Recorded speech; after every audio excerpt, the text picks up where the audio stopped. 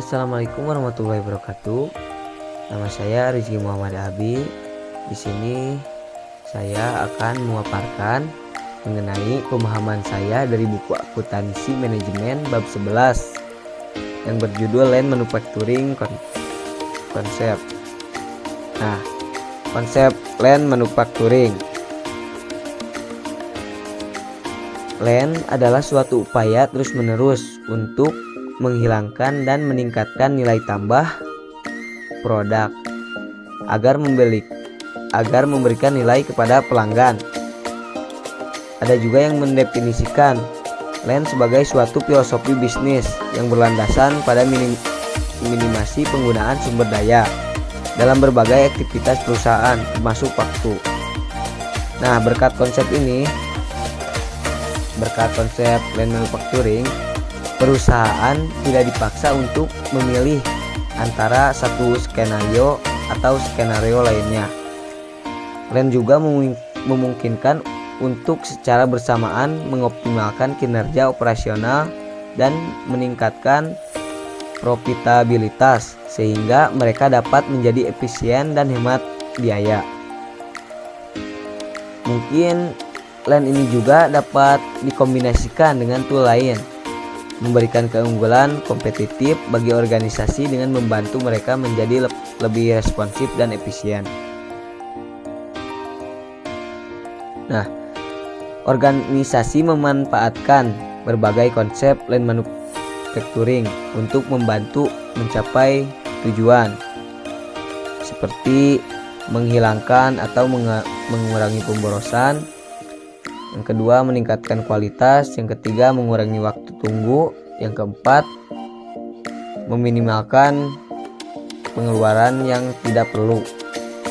Nah, tujuan Lean Manufacturing adalah untuk mengurangi pemborosan tanpa mengorbankan kualitas produk atau layanan. Mencapai hasil ini membutuhkan mengadopsi pendekatan customer centric yang melihat kebutuhan dan harapan pembeli. Organisasi Lean yang sukses memahami apa yang pelanggan inginkan,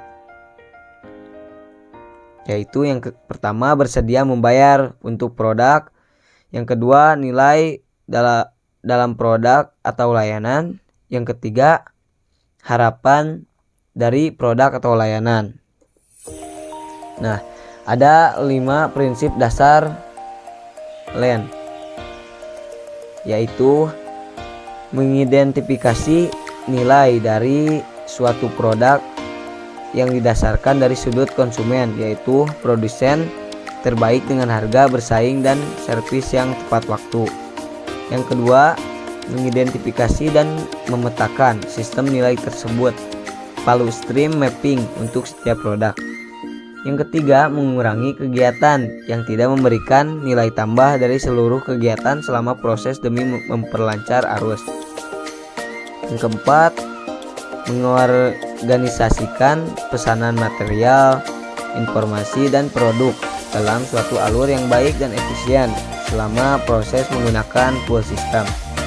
Yang kelima, memberikan variasi investigasi yang berkelanjutan dan teknik dan alat demi menghasilkan perbaikan yang terbaik dan terus menerus, atau push the customer.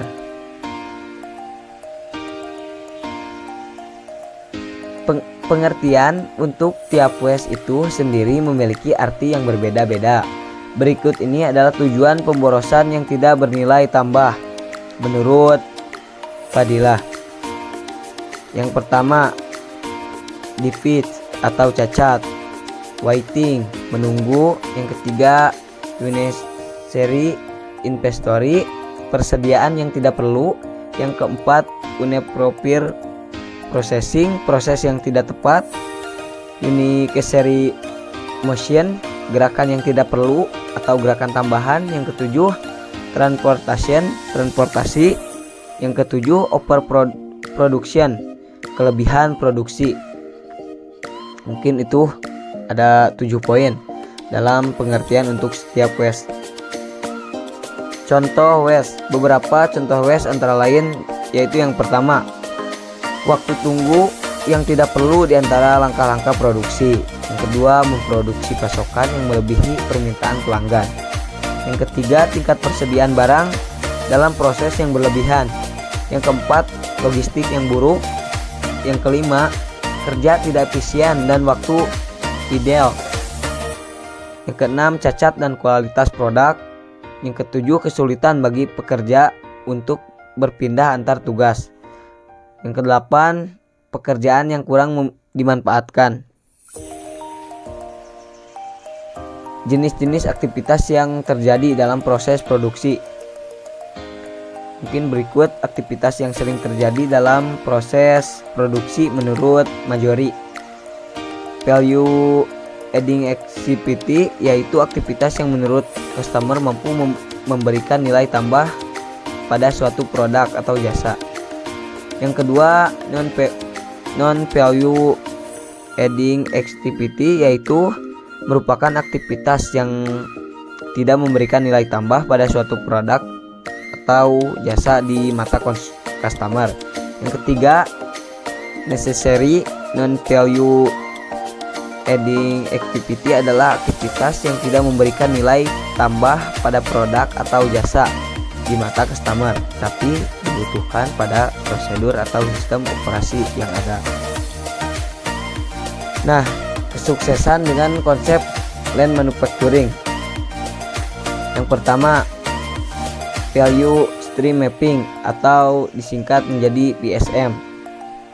Maaf, saya tidak terapkan singkatannya di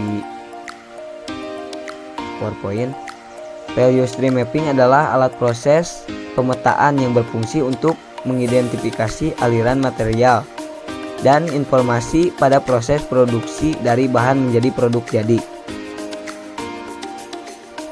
Yang kedua, proses activity mapping. Alat ini sering digunakan oleh ahli teknik industri untuk memetakan keseluruhan aktivitas secara detail guna mengeliminasi waste, ketidakkonsistenan dan kerasionalan di tempat kerja sehingga tujuan meningkat kualitas produk dan memudahkan layanan, mempercepat proses dan memproduksi biaya diharapkan dapat terwujud. Yang ketiga, Fishbone diagram atau cause and effect diagram. Diagram sebab akibat atau cause effect diagram yaitu suatu diagram yang menunjukkan hubungan di antara sebab akibat berkaitan dengan pengendalian proses statistikal. Diagram sebab akibat dipergunakan untuk menunjukkan faktor-faktor penyebab dan karakteristik kualitas yang disebabkan oleh faktor-faktor penyebab itu. Yang keempat, menerapkan sistem Kanban. Organisasi menggunakan pekerjaan berdasarkan sistem manufaktur dorong. Di bawah pendekatan ini, tugas didorong ke pekerjaan dan produksi diputuskan oleh penggunaan pelanggan yang diantisipasi. Yang kelima, gempa. Gempa adalah kata dalam bahasa Jepang yang berarti tempat yang sebenarnya. Bagi praktisi lean, pergi ke gempa berarti pergi ke tempat tim bekerja. Penting bagi para pemimpin lean untuk secara rutin membina hubungan dengan karyawan, menciptakan budaya saling menghormati dan kerja tim, dan mempelajari lebih lanjut tentang perspektif tim yang bekerja di lapangan. Yang ke-6 yaitu 5S, tempat kerja atau 5S adalah metodologi tempat kerja yang dirancang untuk menciptakan lingkungan kerja dan dorongan meningkatkan dan efisiensi berkelanjutan, di mana 5S karena merupakan metode 5 langkah yang terdiri dari langkah-langkah sebagai berikut. Sortir, menentukan alat kerja mana yang diperlukan dan yang tidak diperlukan. Yang kedua, set in order atau secara berurutan, mengatur item ke tempat optimalnya. Yang ketiga, SES bersinar membersihkan, memeriksa dan memelihara ruang kerja. Standarisasi, buat standar yang memastikan pengulangan konsistensi. Dan yang terakhir, sustain. Mungkin itu saja pemahaman saya mengenai lean manufacturing konsep. Sekian dari saya, wabillahi taufiq wal hidayah. Wassalamualaikum warahmatullahi wabarakatuh.